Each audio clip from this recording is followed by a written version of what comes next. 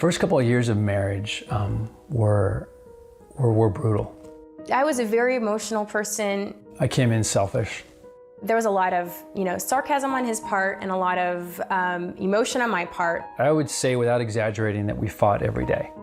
Sarah and Chad Markley couldn't understand why their young marriage was failing.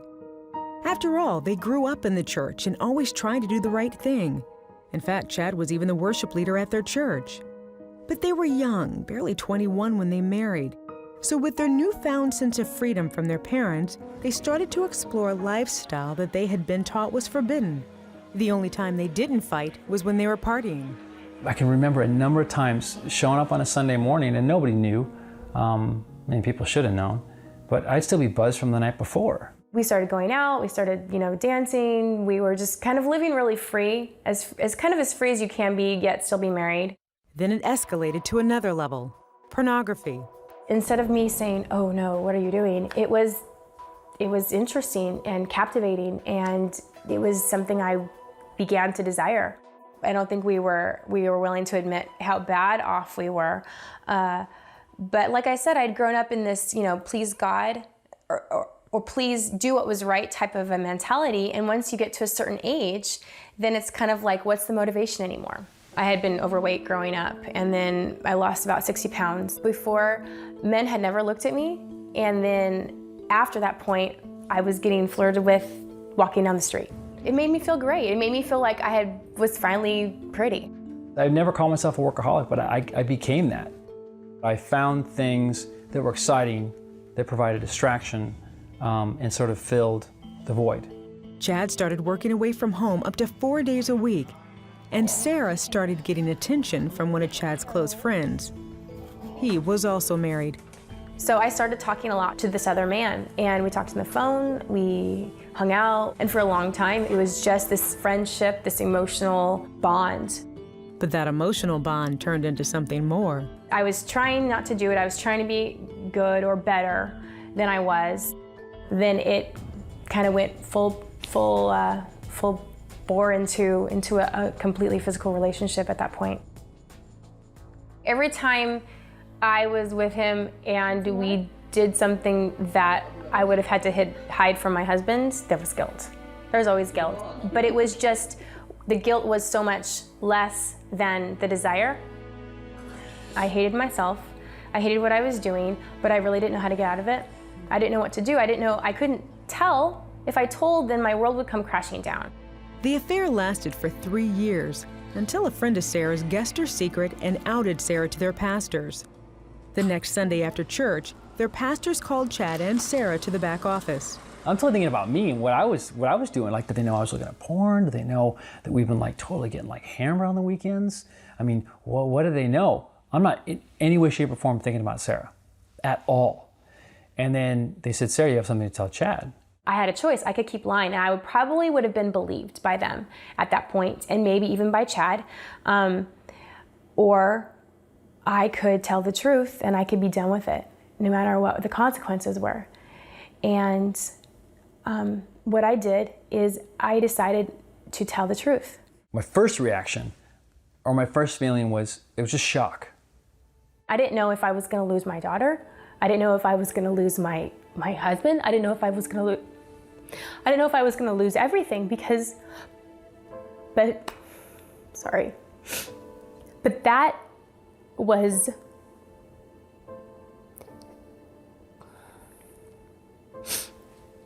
being done with that, and being right with God and with my husband was more important. While Sarah spent the night at her parents' house, the next day they met up at the screening of The Passion of the Christ. They had already committed to attend the screening months prior.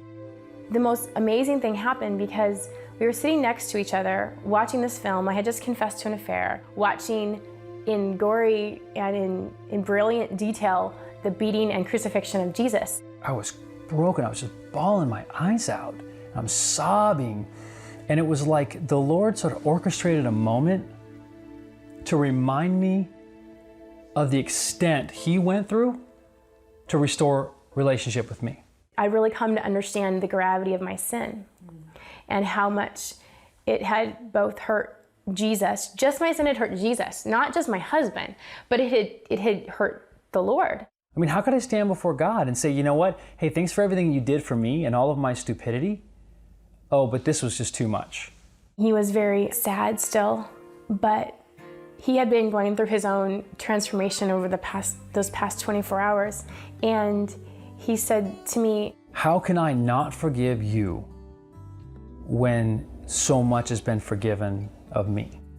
That day and a half or so was the point of us deciding to be done, both of us, but me particularly, deciding to be done with an old way of living, a sinful way, a hurtful way, a selfish way of living. Both Sarah and Chad recommitted their lives to Jesus Christ that day. Chad even stepped down from his church position as worship leader. So it's both people committing and it coming to the point where no matter what it entails, we're going to make it work. We cut our cable, we poured out all of our alcohol, we started going to marital counseling, Christian counseling. We just cleaned everything out, spiritually, physically, cut all ties. It was like we were together like all the time. And as we grew closer together as a couple in a pure way, we were also growing closer to God too. We didn't fight and we didn't argue. And it was like, this is awesome. Since then, Chad and Sarah have renewed their wedding vows. They both realized that their old marriage had to die so that God could rebuild their new marriage. The image that I always have of him whenever I think of God, just as a savior, as the savior, as the only thing that's ever been able to save me.